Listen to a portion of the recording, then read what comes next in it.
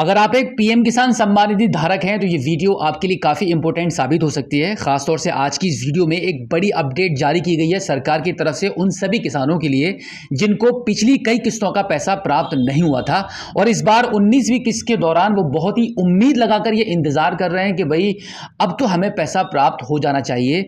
जैसे कि आपने ई-केवाईसी करा ली है, लैंड सीडिंग आपका ओके हो चुका है, आपका आधार सीडिंग भी हो चुका है।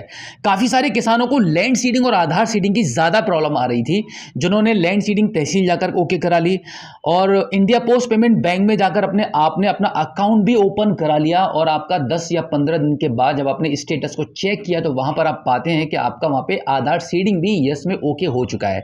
इस प्रकार की जितनी भी समस्याएं थी आपकी वो सब सॉल्व कर दी गई हैं और अब आपको उम्मीद लग चुकी है भाई अब आपको 19वीं किस्त के दौरान आपकी बाकी रुकी हुई सभी किस्तें प्राप्त हो ही जाएंगी। तो मैं आपको बता दूं अब ऐसा होने वाला नहीं है। बहुत सारे किसानों को सरकार की तरफ से एक बड़ा झटका लगा है। अब ये इसके पीछे क्या रीजन है, क्या कारण हो सकता है, अभी हम बात करने वाले हैं। वीडियो में पूरा बने रहिए। अगर आपके साथ भी कुछ ऐसा केस है कि आपको कई किस्तों का पैसा प्राप्त नहीं हुआ है और इस बार आपने उम्मीद लगा रखी है कि भाई 19वीं किस्त के दौरान सरकार आपको पैसा भेजेगी, तो क्या आपको पैसा प्राप्त होगा या नहीं होगा, कि कब तक होगा, इस बार नहीं मिला तो क्या 20वीं किस्त के दौरान आपको यह पैसा प्राप्त हो सकता है, आप आज के इन सभी सवालों का जवाब हम इस वीडियो में आपको देने वाले हैं। तो अभी हम चलते हैं मोबाइल फोन की स्क्रीन पर, जहां पर पीएम किसान सम्मान निधि की ऑफिशियली वेबसाइट पर जाकर हम बेनिफिशियरी अकाउंट को लॉगिन करके आपको लाइव प्रूफ के साथ दिखाने वाले हैं कि क्या आपको पैसा प्राप्त होगा इस बार या नहीं। अगर होगा तो कितनी किस्तों का पैसा प्राप्त होगा और अगर नहीं होगा तो कब तक प्राप्त होगा।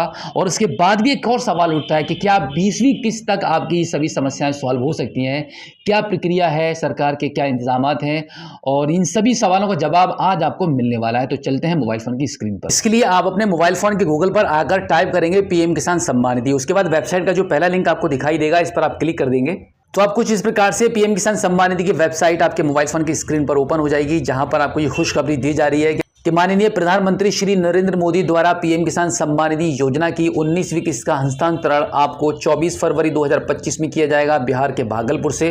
तो ये सब इन्फॉर्मेशन आपको यहाँ से मिल रही है। अब आगे हम चलते हैं, यहाँ पे नो योर स्टेटस वाले ऑप्शन पर क्लिक कर देते हैं। अब यहाँ पर आपका रजिस्ट्रेशन नंबर एंटर करके इस कैप्चा कोड को फिल करेंगे एंड देन गेट ओटीपी वाले ऑप्शन पर आप क्लिक कर देंगे। अब आपके पीएम किसान सम्मान निधि में जो मोबाइल नंबर लिंक है उस पर एक ओटीपी चला जाएगा, उसको यहाँ पे एंटर करके गेट डेटा वाले ऑप्शन पर क्लिक करेंगे। अब जितने भी पीएम किसान सम्मान निधि अकाउंट पर कोई भी प्रॉब्लम चल रही होगी या जो इस बार 19वीं किस्त के लिए एलिजिबल नहीं होंगे, तो जैसे ही आप गेट डेटा वाले ऑप्शन पर क्लिक करेंगे तो कुछ इस प्रकार से यहाँ पर एक पॉपअप यहाँ पे आपको मिल जाएगा, जहाँ पे लिखा हुआ है string was not recognised as a valid date time. तो अब आप इसको ओके कर दीजिए। ओके करने के बाद आप जैसे ही स्क्रीन को ऊपर की साइड में स्क्रॉल करेंगे तो यहाँ पे आपको सबसे पहले आपके पर्सनल इन्फॉर्मेशन आपको शो हो जाएंगी और उसके ऊपर आप देखेंगे यहाँ पे आपको एलिजिबिलिटी स्टेटस मिल रहा है and then reason of ineligibility if any वाला ऑप्शन भी मिल रहा है, जो कि यहाँ पर ये नहीं होना चाहिए। जितने भी पीएम किसान सम्मान निधि धारक ऐसे हैं जिनको ये बीच वाला रीजन मिल रहा है, ये जो ऑप्शन यहाँ पे बढ़ चुका है, जो एलिजिबल किसान होते हैं उनका यहाँ पे नहीं होता है, सिर्फ एलिजिबिलिटी स्टेटस होता है और लेटेस्ट इंस्टॉलमेंट डिटेल्स वाला कॉलम होता है। सिर्फ ये दो ही चीजें होती हैं। ये तीसरा बीच में जो ऑप्शन आपको दिखाई दे रहा है यही साबित करता है कि भाई आप एलिजिबल नहीं है अगली किस्त को प्राप्त करने के लिए। अब यहाँ पे हम सबसे पहले एलिजिबिलिटी स्टेटस वाले ऑप्शन पे क्लिक करके देख लेते हैं। तो यहाँ पे आप देखेंगे लैंड सीडिंग भी यस हो चुका है, आधार बैंक अकाउंट सीडिंग स्टेटस भी यस हो चुका है और ई-केवाईसी भी स्टेटस यस है। यहाँ पर जो मेन प्रॉब्लम आ रही थी वो मैं बता देता हूँ आपको। इनके अकाउंट में आधार बैंक अकाउंट सीडिंग स्टेटस वाली इशू था, जो कि इनका इंडिया पोस्ट पेमेंट बैंक में पिछले महीने ही इनका अकाउंट ओपन करा दिया गया था। तो मैक्सिमम 10 से 15 दिन के अंदर इनकी ये समस्या यहाँ पे सॉल्व हो गई। बट उसके बाद अब रिसेंटली देखा जा रहा है तो यहाँ पे ये ऑप्शन आ चुका है reason of ineligibility if any. इस पर हम क्लिक करेंगे तो यहाँ पर कोई भी डिटेल्स देखने के लिए आपको नहीं मिलेगी, कोई भी इंस्टॉलेशन आप यहाँ पे देख सकते हैं कि यहाँ पे कोई भी डिटेल्स आपको देखने के लिए नहीं मिल रही है। डेट ऑफ इनएलिजिबिलिटी में कुछ नहीं है, रीजन ऑफ स्टॉप पेमेंट में भी कुछ नहीं है, रिवोकेशन में भी कुछ नहीं है। यानी कि यहाँ पे कोई भी रीजन आपको देखने के लिए नहीं मिलेगा, लेकिन फिर भी यहाँ पे रीजन ऑफ इन एलिजिबिलिटी का मैसेज आपको देखने के लिए मिल रहा है।